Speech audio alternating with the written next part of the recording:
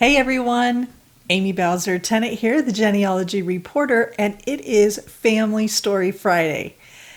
I have something special to share with you today.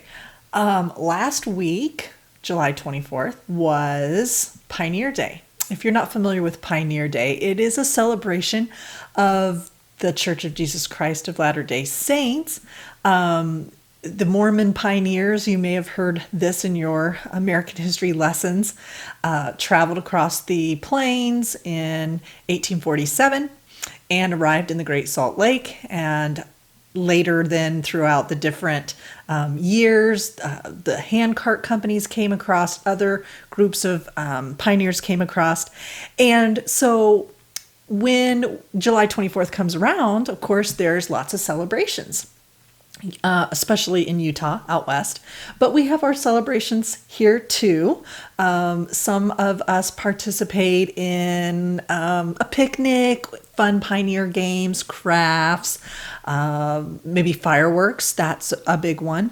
And then recently they've started doing these reenactments, these like 2 or 3 day trips with the youth where they dress in full pioneer garb, pull a hand cart, and travel, by foot on a trek, on a pioneer trek. My nephew recently did one of these, had a great time up in Michigan. Actually, I think he ended up doing 2 this year. So that was pretty cool. Well, growing up myself as a Mormon child in the church, it was always cool when somebody had a pioneer ancestor. And I didn't. My parents were converts to the church, so we didn't have any Mormon pioneers. And I ended up marrying a man whose family also had no pioneer heritage. And all of my sisters married Utah Mormon boys. And they all ended up with pioneer heritage. And I felt really left out. I felt sad. I wanted some pioneer heritage. Well, it just so happens that my eldest daughter, who we adopted, her name is Devyn, she met with her birth mother's family over the last couple of years, met and traded family history, and she has a ton of pioneer ancestry. So I have had a ball looking through Devyn's ancestry and finding all of these amazing pioneer stories. Almost all, at least in this case, I've collected several pioneer stories from her ancestry, and I got them on FamilySearch.org because FamilySearch.org has a family tree, which is collaborative, and you can look up your ancestors there. And if anybody has uploaded images, pictures, etc., you can review that, download it, save it to your family tree, and so forth. So I'm going to read you a few special little stories I found in Devyn's ancestry. This first story is about Nathan Tanner Sr. in his own words, and this would be Devyn's 5th great-grandfather. This is his story. While on our journey to Far West, we lost our way and were compelled to stop the team and lay by until we could search out the right road. Elder Amasa Lyman and I went in search and got so far from the wagon that we also became lost, not only from the right road, but also from the wagon. We wandered around pretty much all night without finding it. Many miles from the wagon on foot, we found ourselves in a heavily timbered part of the country, not knowing which way we could find either food or shelter, not to mention their lost wagon. Here, a very singular event occurred by which we were providentially provided for and enabled to find our way back to our wagon. As we wandered through the timber, we heard a bell, such as used upon cattle and horses in a timbered country, and we were attracted to it, thinking it would be at some farmhouse. We were mistaken, however, as it proved to be the bell of a mare and some other horses that had strayed off and also become lost from their owners. Here we tried a novel, and it might have been a dangerous experiment. We thought that if we could but mount a couple of horses and let them go whither they would, they might bring us somewhere, to some house or farm where we could get shelter or food. and learned something of our whereabouts with reference to our wagon and folks we had left with it. Now I just have to stop here because they're talking about, dangerous activities with horses, maybe a dangerous experiment where they're going to mount these unknown horses. This must run in the family because my daughter has had so many horse accidents. I can't even begin to count. I digress. The animals were feeding in a windbreak or among a lot of fallen timber where we were enabled to get them cornered up and catch a couple. And mounting them without a saddle or bridle or rope or anything which could guide them, we started them out whither they would go. They followed the trail after trail until they finally came to a stream, which we made them cross, and to a field and some bars, which we let down, and finally to a farmhouse, where we could get food and shelter for the night. To the joy and the surprise of the farmer and his family, the horses proved to be mates and to belong to them, and had been lost so long that the family had given up hope of ever finding them.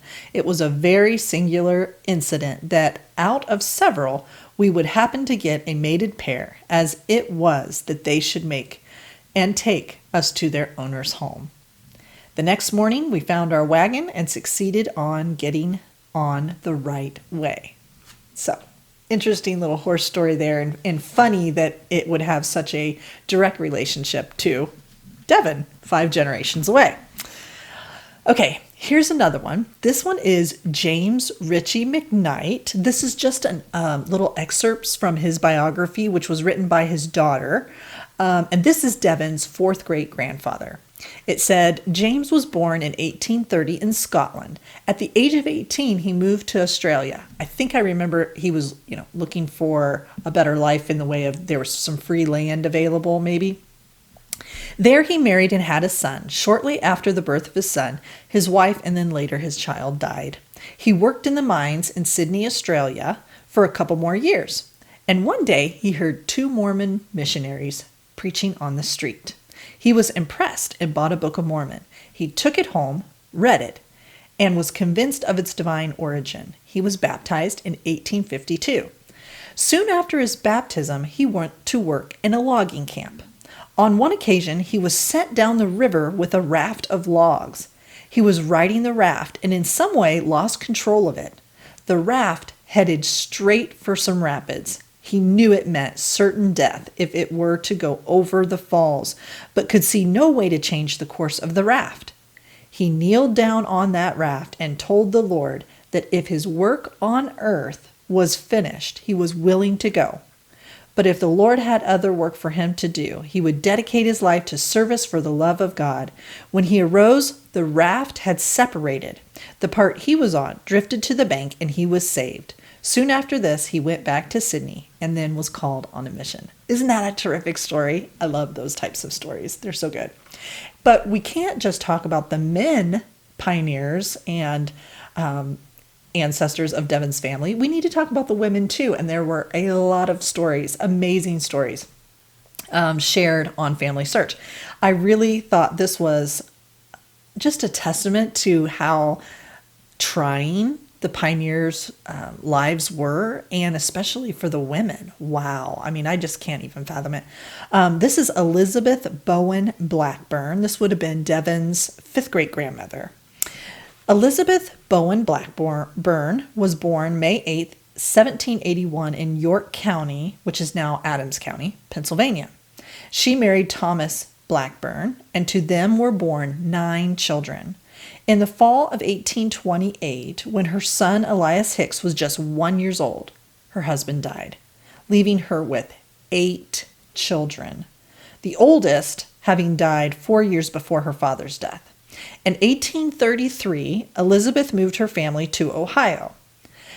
Now, I don't know if you know much about 1833. Roads weren't really great going from Pennsylvania to Ohio.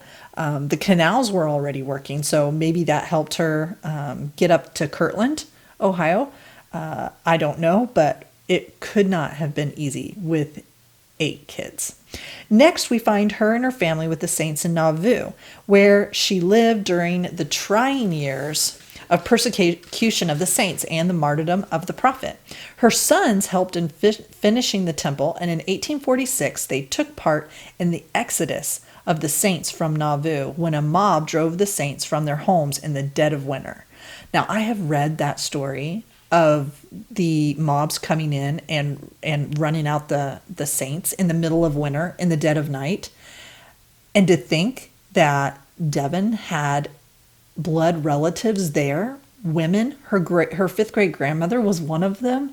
That is scary. Elizabeth Blackburn and her son, Jehu, and his wife, Julianne, were in the second company that was organized by Brigham Young to go out west, and they were to follow in June. They followed the road which was made by the first company along the North Platte River. This company, unfortunately, was almost destitute, and the women and children had to do most of the work, as the able-bodied men had gone with the Mormon battalion. They drove the oxen teams and took care of all the camp duties. This is referencing the women. And by this time, she was well into her 60s. On September 20th, 1847, so they left in June and arrived September 20th, 1847, this second company began arriving in the valley, meaning the Salt Lake Valley. The work of building the fort on what is now Pioneer Park and preparing for the winter started almost immediately and were the most important of their undertakings. Elizabeth Blackburn spent the winter of 1847 and 48 in this fort in the Salt Lake Valley. So I thought that was kind of cool. Like I said, never dreamed I would have pioneer heritage. And because of this wonderful adoption of my daughter, I now claim these people as my family too. And this is a part of our family heritage. I hope you enjoyed this little special edition of Pioneer Stories. And join us next time for Family Story Friday, where I share stories from my own family history or yours. If you have a story you'd like to share with me, please send it to me in an email, which is listed in the details below. Don't forget to like, share, and subscribe to our YouTube channel. Thanks. Have a great day. Bye-bye.